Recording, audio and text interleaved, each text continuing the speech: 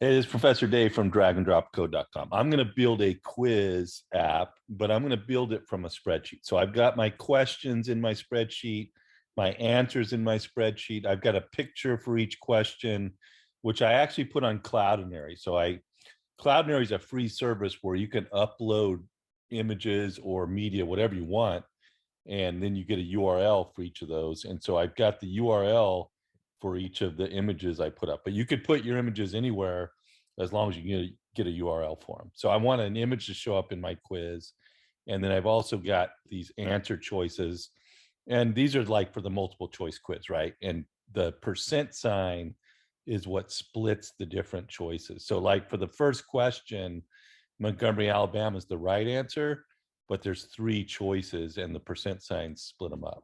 Okay. So I'm going to build a quiz app that uses whatever's in the spreadsheet. So it's kind of dynamic, right? You could put different things in the spreadsheet and your quiz would be different, which is kind of cool. So if you want to make quizzes for your kid or for your friend, whatever, you could do that. So I'm going to go in my app, and I've already set up just a very static, this is just a picture. So I've got an image component. I've got a question label component where we're going to put the question text. I've got a list viewer where we're going to put the answer choices, a status label, and then this button should say next on it, because that's how you're going to get to the next question. Okay. First thing you got to do, and you can actually use any spreadsheet you want. Just, if you're following along, make sure you have the same headers as I do, but I'm going to add a new data source. And I've actually brought this this one in, and let's see if I can find it. Yeah, there it is, chapter 4, quiz questions and answers. And so I'm bringing that data source in, but you could have said create a new one there and create and chosen any Google sheet you wanted or any Airtable sheet you wanted. Okay. So anyway, this is my sheet, which is this guy. And now I've loaded that in. I've got a data source for that. And what I want to do is basically show the first, load this data in from the spreadsheet into the app, and then actually start displaying things. Okay, so I'm going to go to my blocks, and I'm going to get the screen dot opens, and let's just do something simple at first. So one thing I can do is in my blocks come down to the data sources, and I can go here, and the kind of block we're going to use the most of is this list of values. And what I'm going to do is grab from the sheet I just put into my app, and I'm going to grab the questions, and I'm going to create a variable called my question list. Okay. And, in a previous video, I showed you how you could actually bring in a list and fill it up with questions, right? We're not going to do that. We're going to initialize this guy to the empty list, but on the screen opens, we're going to set that variable question list, and we're going to grab the list of values from the spreadsheet. So this is basically saying, go to this spreadsheet, grab the whole column, grab all these and stick them into this thing called question list. And questions, of course, is that header right there. Okay, so if I just did that, and then I wanted to show the first one in my app, I could say, okay, let's go grab the question label, and let's grab the first one from the list. The get block, of course, is the key block. And I want to grab from the list called question list, and I want to grab the first thing. So I think right now, if things are working correctly and I run my app, it should show the first question in the label, and it does. Okay, notice I'm not showing a picture or doing any answering any of that kind of stuff yet. Okay, but that's good. At least I'm getting stuff from my spreadsheet. And I can kind of do the same thing. I've done it for question lists. I'll just do the same thing for my pick list. And my pick list is going to also be initialized to empty list. And then when the screen opens, I am going to grab the whole list. And instead of grabbing questions, I'm going to grab the picks, which is all these guys. It's a bunch of URLs of these media files that live at cloudinary.com. Okay. but it could be any URLs to any, just make sure they're pictures like JPEGs or PNGs or something.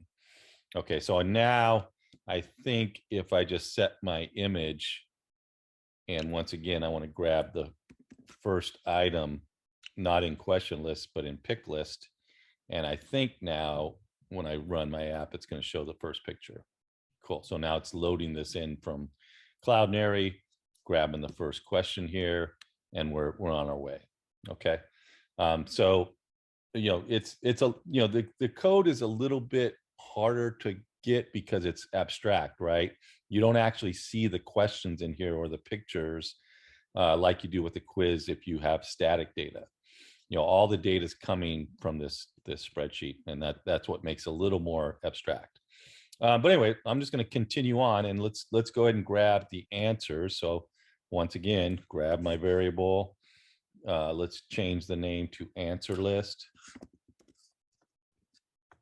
so I can spell.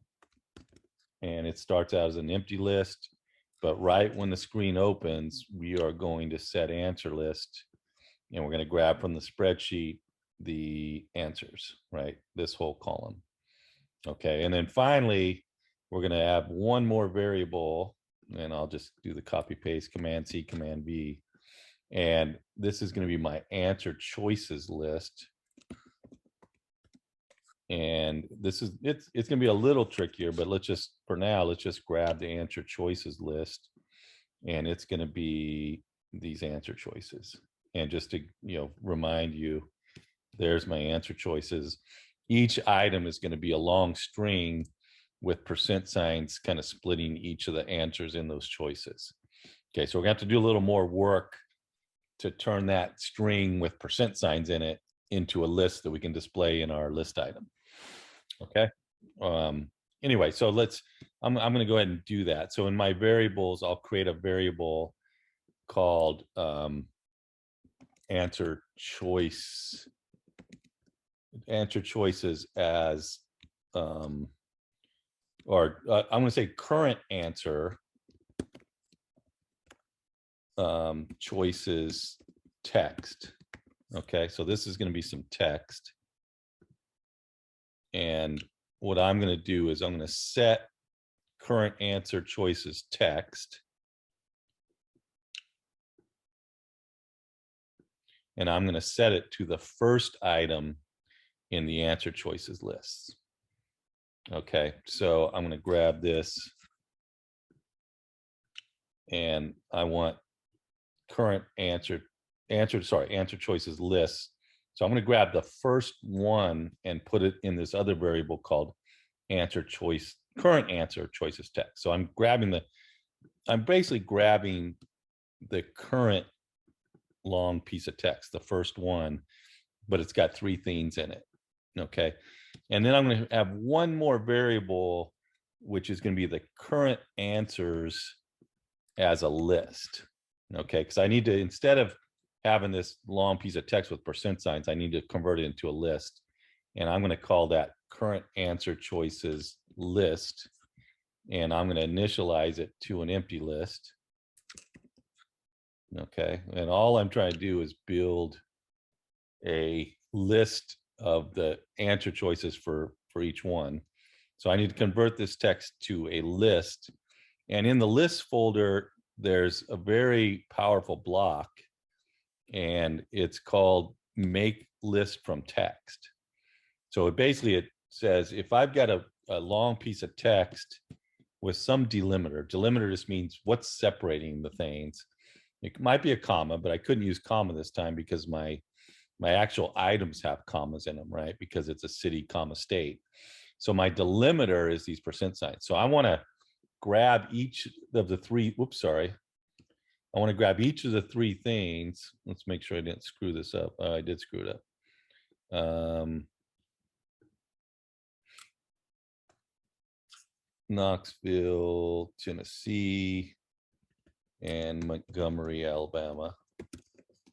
Okay, so the percent signs are the delimiters. And what I want to do is make list from text. So my current answer choices lists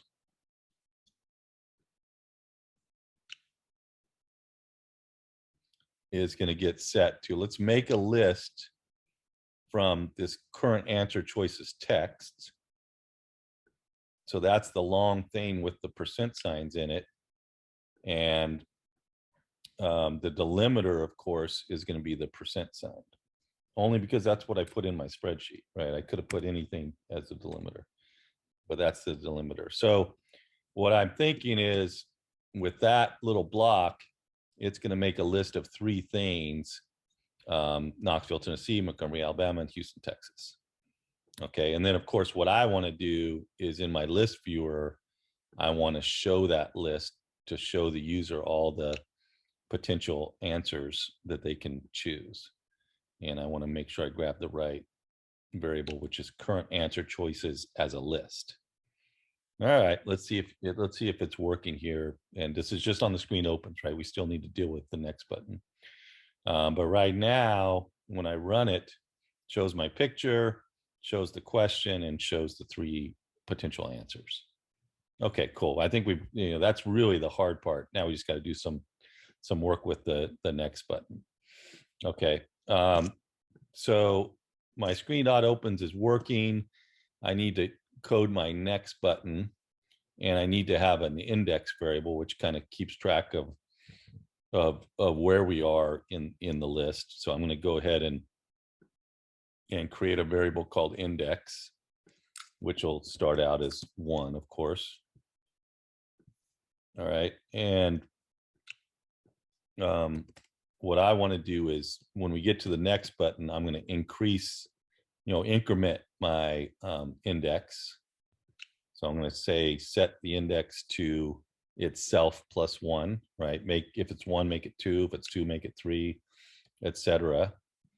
All right, so I'm going to increase it, and then I want to do an if statement and make sure it doesn't get too big. All right, so in this case, my logic is, if my index gets greater than, I could say 4. I know there's 4 things in there, but if there's 4 questions, but let's just use the length of one of these lists. They're all the same length, but let's just use length of the question list. So if the index gets too big, then we're going to do something. And what we're going to do is, we're just going to set index back to 1. We'll just kind of, wrap around and basically show the first question in that instance. All right. And this is the same if you did see my tutorial on a quiz with static data. It's the same deal. Okay, so once we've set our index, we essentially just need to do these things to grab all the current stuff again. So these 5 blocks, actually, we want to do, except have index in there. So I'll go ahead and just copy these. We should set up a function to do it, but what I'm just going to do for now is just copy those bottom 5 blocks. And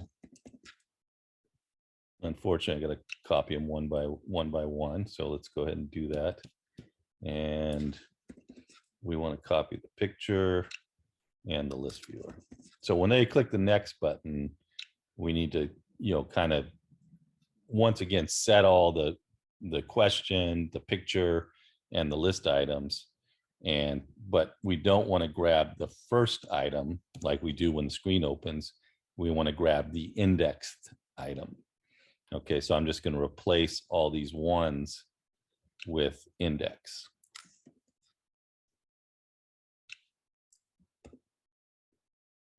Okay, so when next is clicked, change the index, go on to the next thing, show all the stuff we need to show, and use index instead of 1 to go get the right thing. All right, let's test it out. I'm going to run this. The first question shows up. When I hit next, it switched to Grace Hopper question, switched to her picture, and switched to the answers for her question. Okay, so I think everything's working. Let's just wrap around. Yeah, everything's working fine. Okay, cool. So the only thing we're not doing now is checking the answers, and that's actually pretty easy. I'm going to grab the list item block. Okay, oh, sorry, the list viewer block. And when the user clicks, their answer is the one they chose is this thing called item. That's the text of the answer they chose. Okay, and I'm just going to check and see if that is equal to the current correct answer. So if item is equal to the current answer. Now we've got this answer list. So the variable answer list is not the choices, right? Those are got some wrong and some right answers, but the answer list has the actual right answers. And so we just need to grab the current one. Okay. And what I'm going to do is go to lists and do the get block. And I want to say from the answer list, let's move the screen over. From my correct answer list, I want to grab the indexed one. Okay, so get the current answer from this answer list that we loaded in from the spreadsheet. Okay, and if that current correct answer is equal to what the user chose, okay, things are cool. I'll just set my status label to correct. Okay, and then with the else, do the opposite, because then if it's the else, it means they didn't get the correct answer. And I think that's it. Let's test. When I run this, loads the first question, hit next. Grayshopper, the right answer is COBOL, and indeed it says correct. I need to fix the UI for this and make it a little prettier. But if I choose Pascal, it says incorrect. Let's just make sure. If I choose NASA, that should be correct. Yeah, good. Okay. So anyway, what we have, and let me just bring the blocks up again. You know, we basically got a quiz app, and this app is going to work on whatever stuff is in this spreadsheet. So, you know, kind of by just changing the data source in this app, creating a new sheet, you can have a whole new quiz app without changing a single line of code, right? If you look at this code, the only specific part is what spreadsheet that you're going to be asking. And the main thing is you got to make sure these headings are the same exact text, you know, for those headings in whatever other sheet you might make.